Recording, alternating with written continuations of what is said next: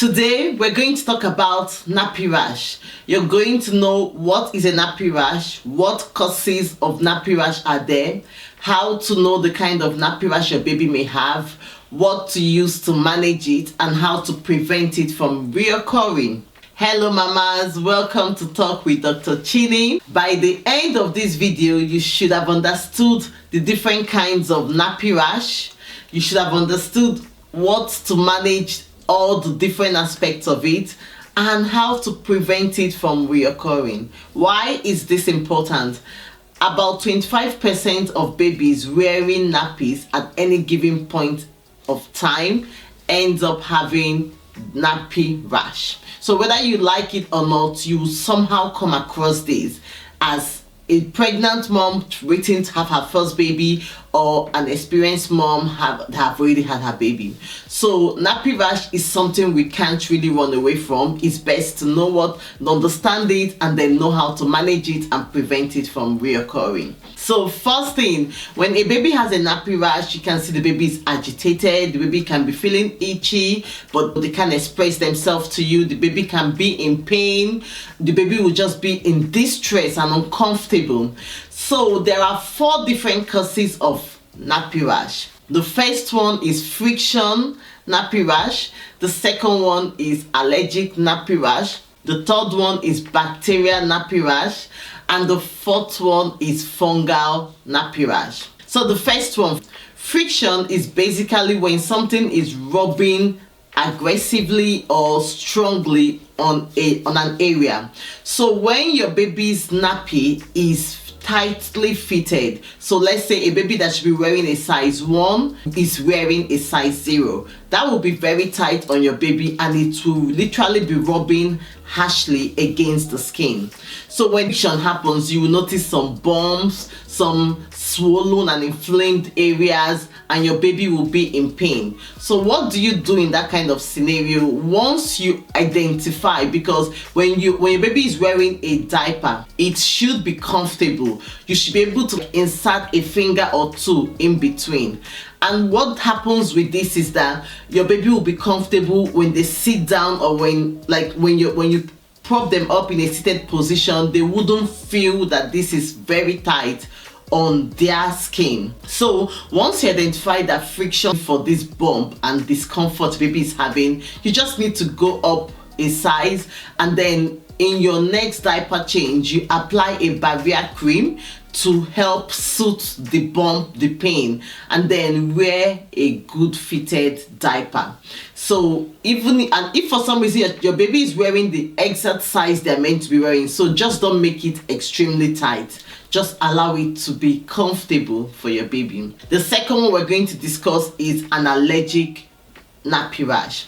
Allergic nappy rash happens when a baby is reacting to a product or something. So babies have very sensitive skin, and because they have very sensitive skin, they can react to anything. And this is why we always advise not to expose your baby's skin to harsh chemical products like the baby washing, the baby creams. Your baby's skin does not really need that, even for the first 6 weeks of life.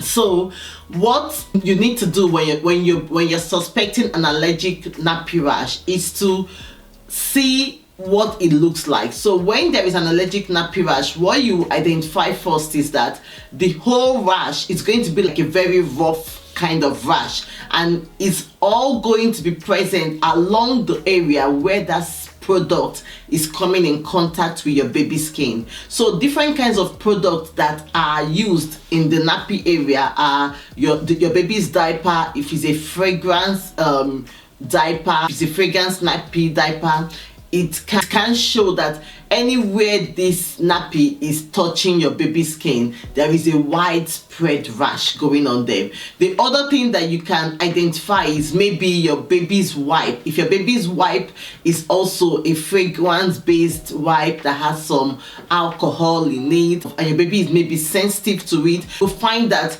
the areas that you use that wipe, the places that you're wiping your baby, you would notice that the rash will just be focused widespread in that said area. For some reason you're using lotions, you will find that this rash is not just only on the nappy area but also in other parts of your baby's skin. The same thing if you're using baby soaps that your baby's skin is reacting to, or if you're putting up a bubble bath. All those things have some chemicals in them that can be harsh on your baby's skin, so you really do not want to expose your baby's sensitive skin to these sort of things. What do you do with an allergic nappy rash? You identify the real product that is causing the reaction, you separate it and stop using it, and what you will find is when you stop using it, that rash would improve and then new ones wouldn't develop. So but with the main time while your baby's skin is that rough, it's going to be uncomfortable, so you can still use the barrier creams whenever you're changing the diaper, so that it can help your baby's, it can suit the skin and help your baby feel a little bit more comfortable. Okay, so the next nappy rash we're going to discuss is the fungal nappy rash. The fungal nappy rash is commonly seen when the baby has thrush. So thrush is when there is a fungal infection by candida, and you will see some white flakes on the mouth or on the mother's nipple or on the baby's nappy area. So when there is thrush that is ongoing in the baby's mouth or from the mom's nipple, definitely you can be sure that the rash your baby is having is fungal related, and an antifungal would help it. But if your baby is not having any of these and you can identify that this is not other classes of nappy rash, you need to take your baby to the doctor so that your doctor can be able to understand better if this is a fungal rash or not. And if it is, your doctor will prescribe an antifungal for your baby to use, because that will be the best thing that will stop it. And if it's a mom that has a thrush, it will require both mom and baby are given a complete treatment for that, an antifungal complete treatment to get rid of the candida that would be spreading the thrush and the rash. The last one we're going to discuss is the bacteria nappy rash, which is the most common. So I left the juicy one for the last. So it's the most common nappy rash that you can find, and this is really when a mom leaves the nappy for a prolonged period of time. So when your baby is wearing their nappy, they pee in it and they poo in it, so you have wet and soiled nappy. This wet and soiled atmosphere in the nappy in a closed environment in contact with the skin of your baby is a perfect breeding ground for bacteria. They're just going to go on multiplication over and over again.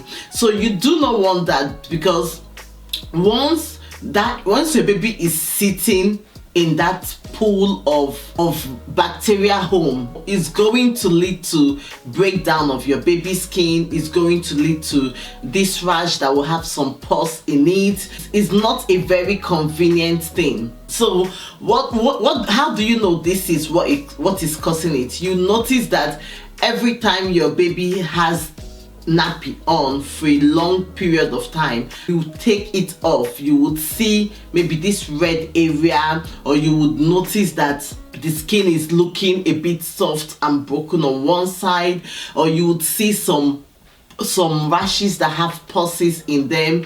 These are just sort of the things that you can notice that will help you understand that this diaper has stayed for a prolonged period of time. Ideally, you shouldn't really keep your baby's diaper on for more than 4 hours, and at any given point in time when you found out that your baby has soiled their nappy, it's important to take it off, because you don't want to give room for bacteria to grow, and then in their growth they affect your baby's skin.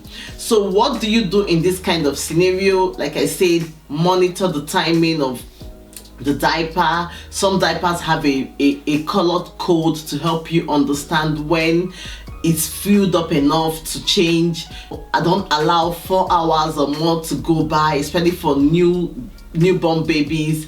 And then when you start changing frequently, also allow some air to get on that nappy area, so give some nappy free breaks, or maybe spend a little bit of time during the nappy change time to give room. So to manage this, you need like an antiseptic, and also because it's irritating, you also need a barrier cream to prevent that skin from rubbing on the diaper and giving some pain and discomfort for your baby. You need to go to your doctor for bacterial nappy rash so that your doctor can prescribe an antiseptic for you, and also keep an eye on it. Most of these nappy rashes would resolve at home just with this little management.